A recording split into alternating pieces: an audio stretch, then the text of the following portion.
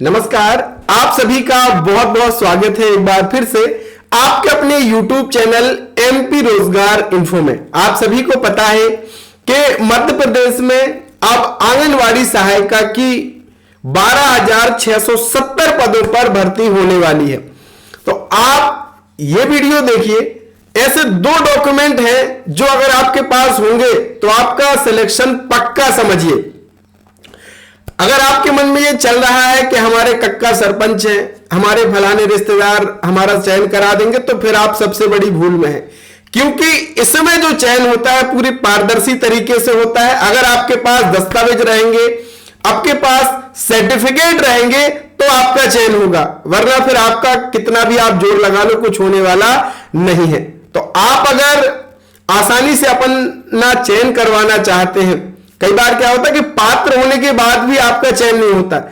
बात क्या आती है कि आपके पास वो दस्तावेज नहीं होता है। तो इस वीडियो को देख लो, सब कुछ मैं बताने वाला हूं, और अगर आपने ये पूरा कर लिया तो फिर आपके गांव से आपका ही चयन होने वाला ही, आप समझ लीजिए। और अगर चैनल पे आप नए हैं तो कर लीजिएगा चैनल को सब्सक्राइब, ताकि हमारे आने वाले वीडियो सबसे पहले आपको मिल सके और आप हमारे नए नए वीडियोस, नई नई सरकारी भर्ती योजनाओं की जानकारी प्राप्त कर सकें। तो चलिए आज की इस वीडियो को हम शुरू करते हैं। आंगनवाड़ी सहायिका का जो काम है कोई भारी काम आपका नहीं है, बहुत आसान काम है, और आपको गांव के गांव में ही अपनी सेवा देनी है। आंगनवाड़ी में साफ सफाई का काम है, बच्चों की देखरेख का काम है। आंगनवाड़ी 10 बजे खुलती है, 3-4 बजे समाप्त हो जाती है, बंद हो जाती है। तो आप अपने घर के काम भी कर सकते हैं। बहुत आराम की एक प्रकार से ये नौकरी है।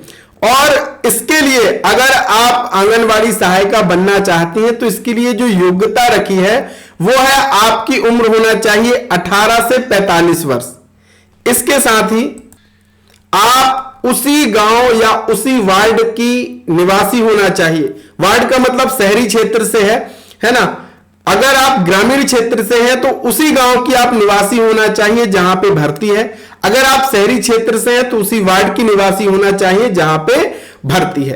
अब आप उस गांव की निवासी हैं, इसके लिए भी आपसे प्रूफ मांगा जाएगा। तो आपके पास क्या होना चाहिए? वोटर आईडी कार्ड होना चाहिए। वोटर आईडी कार्ड सभी का बनता है, फ्री बनता है।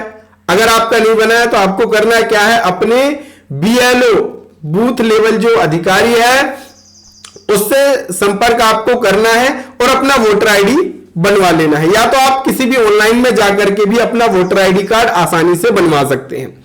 दूसरा दस्तावेज आपके पास भैया आपका क्या होगा? मूल निवासी प्रमाण पत्र। मूल निवासी प्रमाण पत्र भी आप बहुत ही आसानी से बनवा सकते हैं। आप लोक सेवा केंद्र या फिर CSC centre, MP online centre में जाकर के भी मूल निवासी प्रमाण पत्र बनवा सकते हैं। तो ये 2 चीजें आप पुख्ता कर लीजिए। इसके साथ ही आपकी जो योग्यता होनी चाहिए, अगर आप आंगनवाड़ी सहायिका बनने की इच्छा रखती हैं तो आपकी जो योग्यता होनी चाहिए कक्षा 5वीं न्यूनतम है। कम से कम कक्षा 5वीं पास तो होना चाहिए। अगर ज्यादा आपने पढ़ाई करी है फिर तो आपके लिए और अच्छा है। अब आपने जान लिया कि योग्यता क्या होनी चाहिए। सबसे बड़ी बात आती है सिलेक्शन की। इसके जो फॉर्म भरे जाएंगे बिल्कुल ऑफलाइन फॉर्म, पूरी संभावना है कि ऑफलाइन फॉर्म इसके भरे जाएंगे। अब इसमें जो चयन होता है वो मेरिट के आधार पर होता है। 100 अंक निर्धारित होते हैं और अलग अलग दस्तावेजों और योग्यता के हिसाब से ये अंक आपको मिलते हैं। इन पे किसी का जुगाड़ वाला कोई काम नहीं होता, क्योंकि भाई दूसरा व्यक्ति भी पूरी लिस्ट चिपकती है कि कितने अंक किसके थे, कौन कौन से क्या डॉक्यूमेंट हैं। लोग RTI भी लगाते हैं। तो अब थोड़ा सा जुगाड़ वाला काम ये आप अपने मन से विचार निकाल दीजिए। आप अपने दस्तावेज पूरे रखिए तो आपका सिलेक्शन पक्का है। सिलेक्शन कैसे होता है चलिए वो समझ लेते हैं। 100 अंक टोटल होते हैं। अब इसमें से अनुसूचित जाति, अनुसूचित जनजाति की महिला के लिए 10 अंक, ये आप मान लीजिए कि अगर ST SC महिला है तो उसको 10 अंक मिलेंगे। गरीबी रेखा के नीचे रहने वाले परिवार की महिला के लिए 10 अंक, और यही अंक सबसे महत्वपूर्ण होते हैं क्योंकि BPL कार्ड सबके पास होता नहीं है। ये 2 चीजें बहुत जरूरी हैं। पहला तो क्या कि अगर आप अनुसूचित जनजाति या अनुसूचित जाति की महिला हैं तो आपका जाति प्रमाण पत्र होना चाहिए भाई। उसी से तो आपका होगा सत्यापित कि आप अनुसूचित जाति अनुसूचित जनजाति की महिला है। तो आप अपना जाति प्रमाण पत्र बनवा लीजिए। और दूसरा, अगर आप किसी भी वर्ग से हैं और अगर आप गरीब हैं, आपको लगता है कि मेरा बीपीएल कार्ड बन सकता है, तो आप जरूर बीपीएल कार्ड के लिए आवेदन कर दीजिए। यानी गरीबी रेखा के नीचे रहने वाले परिवारों की सूची में अगर आपका नाम जुड़ जाएगा तो ये 10 अंक आपको मिल जाएंगे। जाति प्रमाण पत्र सभी के पास होगा। इसमें एक एक अंक मायने रखता है, क्योंकि एक अंक भी अगर आपका किसी से कम हो गया तो आपका चयन होने वाला नहीं है। तो आप इसमें अगर आपका बीपीएल कार्ड बन जाता है तो फिर आपको ये 10 अंक एक प्रकार से बोनस आपको मिल जाएंगे।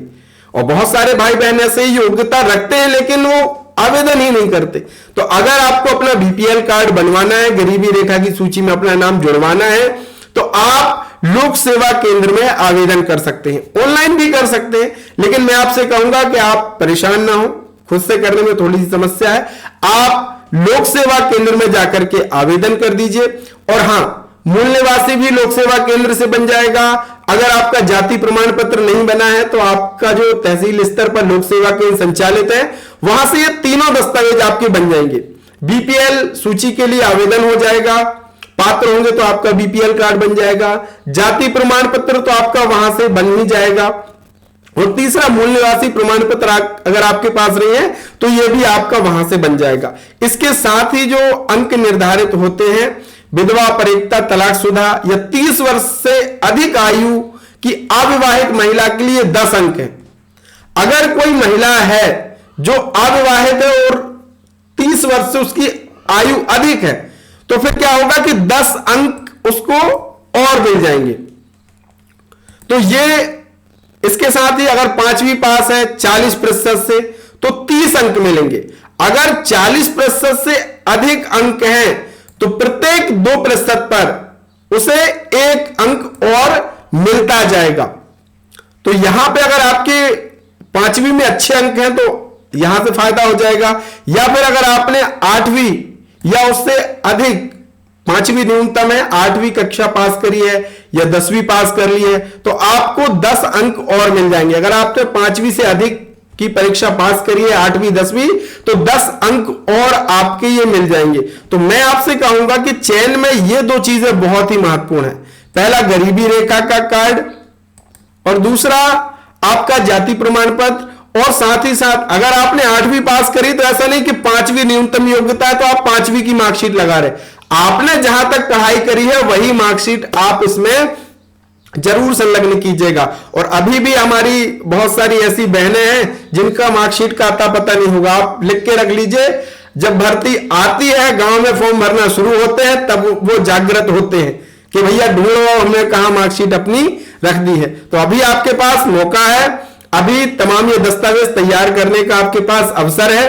तो ये जो दस्तावेज मैंने बताया ये तैयार करके रख लीजिए। और अगर ये आपने तैयार करके रख लिए और आपका चयन में ये बहुत ही महत्वपूर्ण भूमिका निभाने वाला है। अगर बीपीएल सूची में आपका नाम जुड़ गया, आप पात्र हैं, तो फिर आपका तो बढ़िया है, क्योंकि ये एक प्रकार से बोनस अंक आपके लिए हो जाएंगे। तो आशा करते हैं आज की इस वीडियो में आपको बहुत कुछ जानने मिला है। अगर वीडियो अच्छा लगा है तो कर दीजिएगा लाइक और चैनल को कर लीजिएगा सब्सक्राइब, ताकि हमारे आने वाले और वीडियोस आपको मिल सके। मिलेंगे एक नई वीडियो नई जानकारी के साथ, तब तक के लिए बहुत बहुत धन्यवाद। और आप किस जिले से हैं जरूर कमेंट में लिख के बता देना दोस्त, ताकि आपके जिले की भी जो वैकेंसी आती है वो हम पर्टिकुलर आपको शेयर कर सके। और हमारे अगर व्हाट्सएप चैनल को आपने ज्वाइन नहीं किया तो कर लीजिए, वहां पे आपको तुरंत सारी चीजें शेयर कर दी जाएंगी। धन्यवाद।